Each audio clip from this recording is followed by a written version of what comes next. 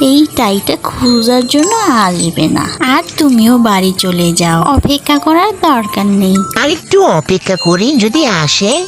আসবে না। আর এর থেকে তুমি এই টাইটা নিজেই এই টাইটা কিন্তু অনেক বড়, অনায়াসে তোমার গলায় হয়ে যাবে। দেখো টাইটা অনেক বড়, তোমার মাথায়ও দিতে পারবে।